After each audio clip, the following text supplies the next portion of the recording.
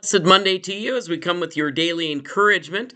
And we are beginning a series this week on an example of loving one another as Jesus teaches us to love.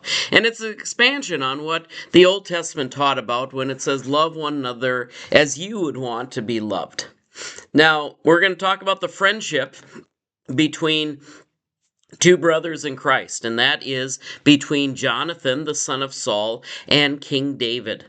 Now, there was a lot of turmoil between that transition from Saul to David.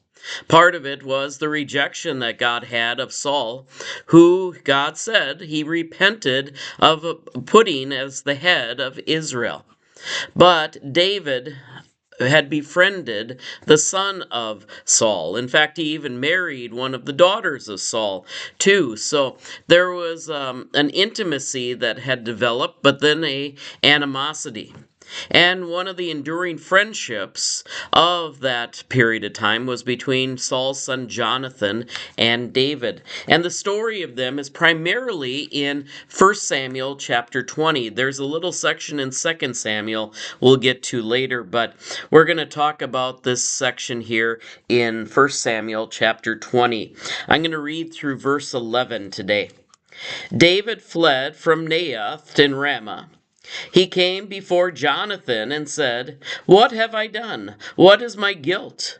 And what is my sin against your father that he is trying to take my life?" He said to him, "Far from it, you shall not die. My father does nothing either great or small without disclosing it to me. And why should my father hide this from me? Never." But David also swore, "Your father knows well that you like me, and he thinks, 'Do not let Jonathan know this, or he will be grieved.' But truly, as the Lord lives, and as you yourself live, there is but a step between me and death." Then Jonathan said to David, "Whatever you say I will do for you." David said to Jonathan, "Tomorrow is the new moon, and should not fail to visit with the king at the meal. But let me go so that I may hide in the field until the third evening. If your father misses me at all, then say, 'David earnestly asked to leave of me to run to Bethlehem his city, for there is a yearly sacrifice there for all the family.' If he says, 'Good,' it will be well with your servant. But if he is angry, then know that evil has been determined by him. Therefore deal kindly with your servant, for you have brought your servant into a sacred covenant with you. But if there is guilt in me, kill me yourself. Why should you bring me to your father?" Jonathan said, "Far be it from you, for I knew that if it was decided by my father that evil should come upon you, what would I not tell you?" Then David said to Jonathan, "Who will tell me if your father answers you harshly?" Jonathan replied to David, "Come, let us go out into the field." So they both went out into the field. Now, there's going to be an establishment of a sign to show whether there's going to be good or ill from it. And that's what we'll talk about next week. But first of all, I want to talk about this animosity that David senses from Saul. And he has good reason to believe this because Saul has acted harshly in many cases, and he had it confirmed by many counselors.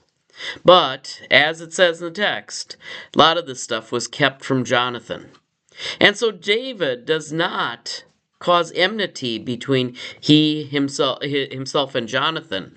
In fact, he gives Jonathan the benefit of the doubt to discover himself.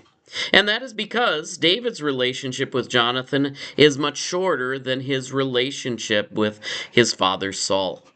And so, therefore, if there is going to be a discovery of something that is going to shake Jonathan to the core, he has to let Jonathan come to that conclusion himself. And that's what David does. He allows there to be some discovery on Jonathan's part. That he can only say, "I pray that the Lord would open his eyes." He doesn't say that in the text, but I think that is the assumption there. He wants Jonathan to come to his own conclusion about this treacherous act that his father is going to commit or is going to try to commit against David. And that is an act of love, to know when to push in a relationship and also when to stand back and give a person time to process things. And that is one of the examples that we have in our passages today about what the Good Shepherd allows us to do. He allows us to find things out for ourselves. He allows us sometimes to even wander and to investigate things. But there is always the nice hook to know that the Good Shepherd isn't going to let us depart too far from his care. And I think that that is the relationship we have with this lesson and the teaching we're having about love, about Jesus, who is preparing the disciples for his departure and his new presence among them. And that is an act of love for Jesus to trust that there will be a time and a place for them to sort out what is true and what is false. But right now it is a time to understand that there is a loving, bonding relationship that can be established even of people of different perspectives. So, my friends, I think on this first level of learning about the relationship between David and Jonathan, it is to lovingly give people space so that they can process things that maybe are different from your own.